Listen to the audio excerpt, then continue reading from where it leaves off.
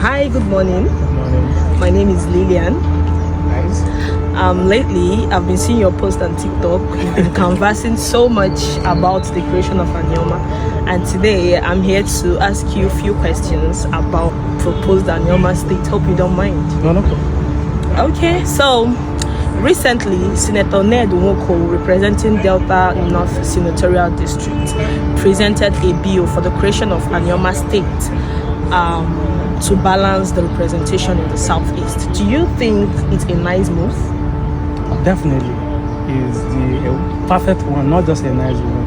It's a perfect move because of the timing that we are in. And if you notice, okay, say you have been following me, if you notice, there have been a tussle or kind of back and forth dragging between the anioma, the Igbos in Delta State, and other sub-minority tribes around us. So trying to make that work and even pushing it to the southeastern states shows that him also buying into the idea that we are Igbos from the southeast. We are not Igbos from any other place. So it's a perfect bill, it's a perfect move. The timing is perfect, and we pray it come to pass. Okay. So can you give us an overview of this anioma struggle? When did it start? Is it a recent development or something that has been brewing since? No, it's not a recent thing. It has long overdue. Anioma struggle is as old as the Nigerian independence. If you are good in history, Nigerian independence, as of the time of 1960, we only have 3 regions in the country. We have the West, the Eastern region, and the Northern region. In the First Republic, we, the Aniomas, led by late Chief Trude Dennis Osadebe, which we now call our Anioma hero, have been one agitating that we, the Midwest Igbo, need to join our brother in the Eastern region. But you know, normally in Nigeria, Igbo lead, others follow. Whenever we do a struggle, people always want to. If you want the recent ones, Igbo say we want bribe fry, Oduduwa go come out. I said the same thing. So when he proposed it to the First Republic, okay, they didn't allow him to go alone. People like Anthony Nahore represent the constituency of the Edos, which comprises of the Ishan, the Benin. They're also a minority in the West region that period. So they said they will not allow him go alone. So, and due to there's some political game between the Western region premier at that time and the Northern region premier. So the North voted that they should have what they called Midwest. You must understand politics for you to understand what is going on. Yes. So I don't want to go into detail. So they supported the Midwest region to be created out of the Western region, just to reduce the power of the Western premiers of that time. But the truth is that Michael Okpala, who is the governor of the Eastern region premier, do not want we the Anioma to join the Eastern region.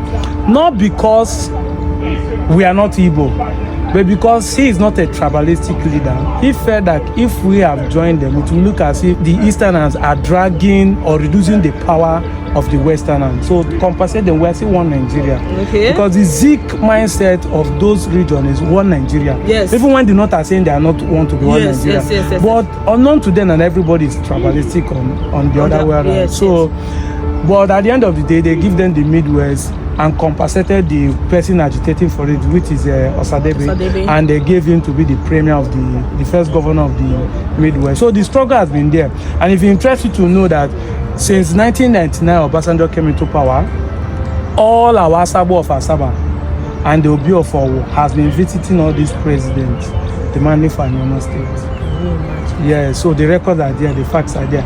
I don't know whether I visited Tinubu, but this is what I know. Both here and Adwa did not last long. Both Jonathan, both Buhari. They have been canvassing for Anioma State.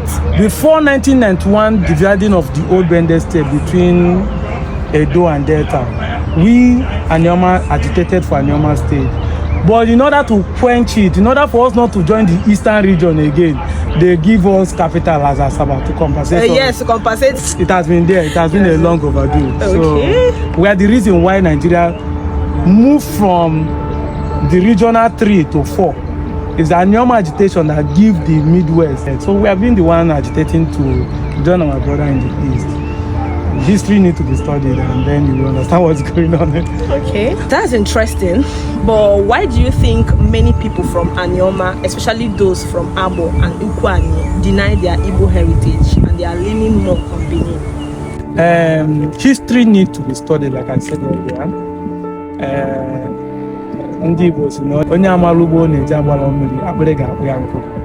If you don't know where you are coming from, yes, you don't actually know where you are going to. It will interest you to know that when the British came to Nigeria, it took them less than 3 days to conquer the Benin Empire. But it took them 31 years to fight what they call Aye Kumeku with our Anioma people. So when they finally won the war, that bettered the amalgamation of the southern protectorate of Nigeria to the northern protectorate in 1914, they know that the Igbos, even the western Igbos, will be a struggle to control. So they do what we call divide and rule. And in the divide and rule, they push the Okwan, the constituency, they rub them up with the Urobo and the Shakiri together, while the Tars were rubbed together into the Ishan constituency. Now, people don't understand about state creation is political manipulation because it's a psychological default. There was a time Akwa Ibom and Cross River one state. Yes. But today an Akwa Ibom man does not agree that he's a brother to Cross River. That's why we say it's divide and rule. Yes. So when they divide you, with time, subconsciously, you start thinking that you are not a brother to the that person. person. Yes, that's fragmentation now. Exactly. You know when they fragment a state, yes, everybody will start dragging. I'm not from this. I'm not exactly. So that the white men are very smart. Okay, I don't use the word smart because that is a crook method. They are very crook and cunning. So they did that, divide and rule. The ability to control these people that fought us for 31 years, we got to rub them up. So even to today, historically, even when it is wrong, some Ika people or some Okwan people will tell you they are descendants of Benin or they are not Igbos. Yeah, sometimes I wonder why will these people deny their Igbo They don't even heritage? have a proof. They don't even have a fact and evidence. Logically, they cannot even explain it, but they believe it because over the time, they say when a lie lasts for long, it becomes an institute. Yes. And the truth now sounds like a rebel. So people even sometimes see me online and said, you are the one lying, you want to change the history. Which history?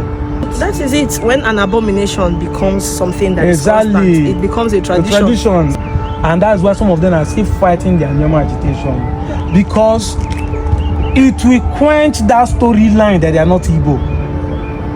Because it's also a psychological one, like I told you. Once the Anioma is stated and pushed back to Southeast, with time, the storyline that we are not Igbo will die naturally. It will hit their head. It will die naturally. Yes. So it's over time. It's called propaganda. When things are done over time, it becomes truth to them. But no matter how the lie lasted, truth will always overcome it. So that's why people like me are online.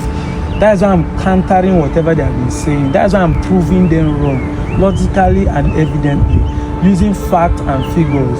Because if we don't do it now, somebody will still come up. Even if it's not me, somebody one day will still come up to counter what they're saying. Yes. But I know that, okay, God is using me at this time around to put things straight. And it's because of me trying to tell them you are Igbo, pointing to them. That's why I could be able to see there's a need to create a normal state.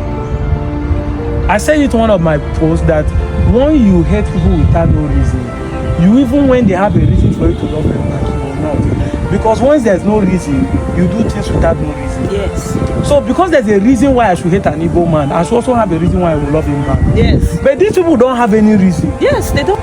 Every village, every family has one bad person. Every. So when you now said Igbo people are bad, you are pointing finger to them. How many is saying that you also is bad? So you see the problem, but it's gonna stop. And that's the reason why they are doing it. So let's hope that the normal state creation comes about, then we put the political boundary between us and those stories. I'm telling you.